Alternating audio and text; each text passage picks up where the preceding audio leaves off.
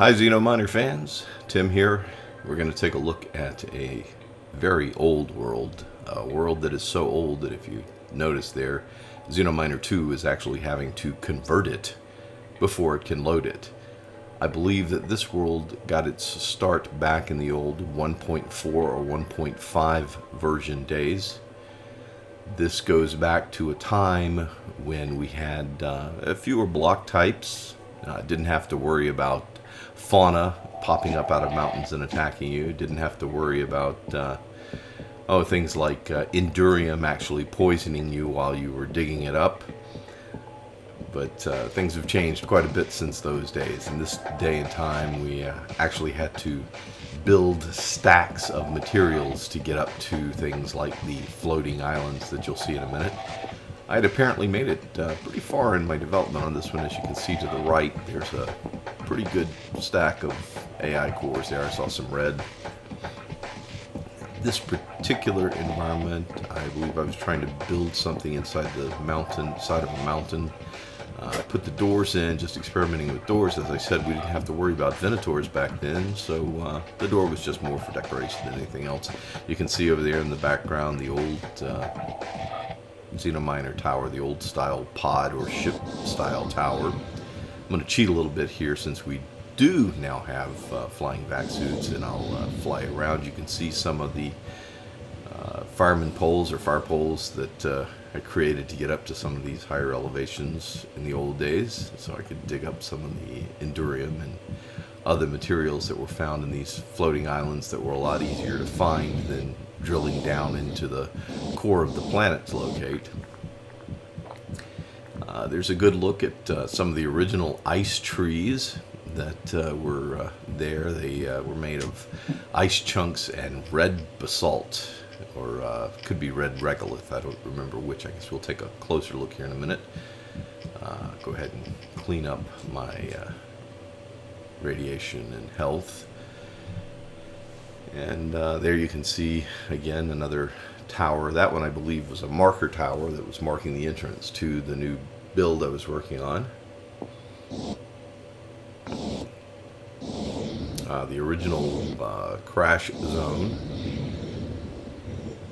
Come over here, take a look. There's some more of the ice trees. You can see some more of my marker towers.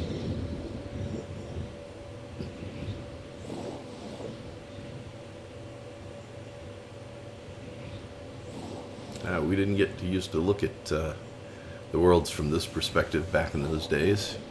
Everything was done on foot. Another marker. It appears to be, I must have been doing some digging or drilling there because I built some sort of little glass enclosure up here, doing some experimentation with clear glass, and we didn't have cloudy glass back then. Let's see, what else have we got going on here? Some red crystal there. I'm pretty sure I probably created a way to get into this thing that didn't require drilling out the materials that I placed. So, okay, there's a lower bar there. Let's go down there. Sure enough, we've got a stairwell and a way to jump up there. And it's just a little enclosure to help me get out of the sun more than anything else during the day while I was out here digging around, so I could still keep an eye on what was going on and plan my next move.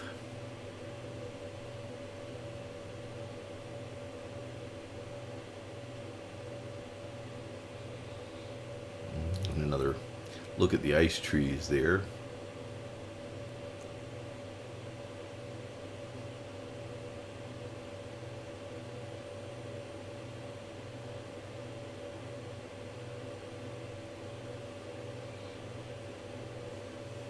Those floating mountains were everywhere, and as you can see in that one, there was some titanium available, so that would have been a good mining target.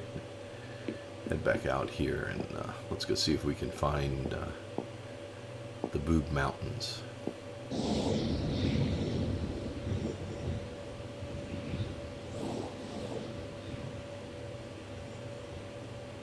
Yeah, these guys went almost up to the top of the world. Any of the green that you see in these upper elevations is actually low-grade endurium. That was one of the things that these floating mountains were or floating islands were known for, was they did have deposits of low-grade endurium. Again, the cool feature about endurium back then was, well, it was not a radiation producer, so you could mine with impunity. You didn't have to worry about getting radiation sickness while you were mining it.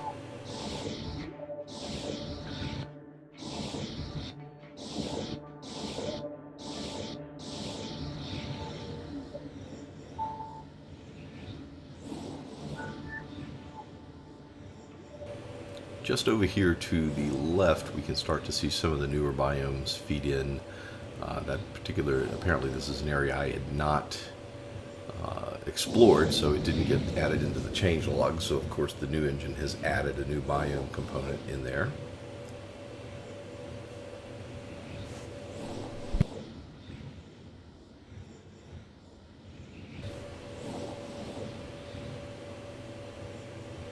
And swing back around to the original environment and see if we can't find some of those boob mountains.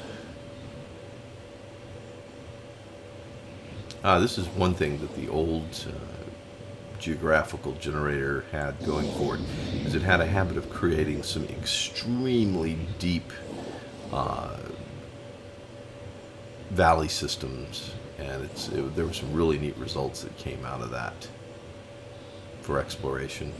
Also, of course, gave you lots of ice, so as you went farther and farther away from your home base, you still had good sources of oxygen.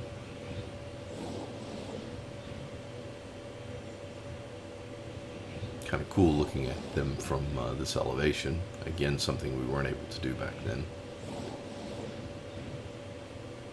Looks like I'm getting ahead of the generator there. Yeah, there we go.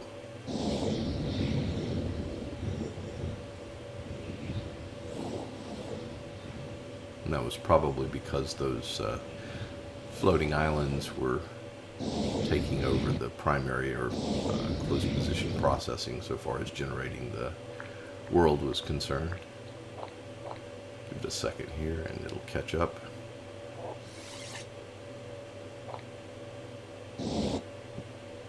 It's red regolith, something we don't have anymore. That one was removed.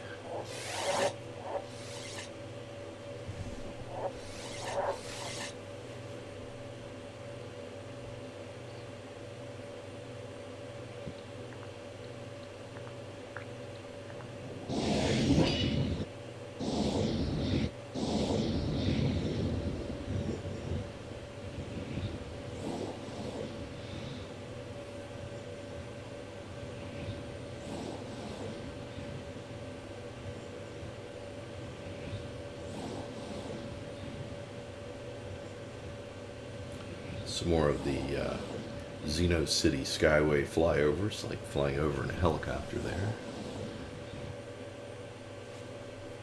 Yeah, it looks like apparently we didn't have a lot of boob mountains in the area surrounding my crash site.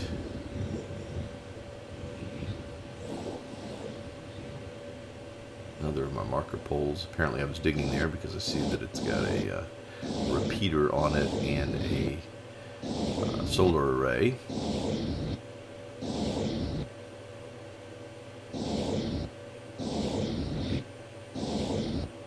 And back to our starting point here.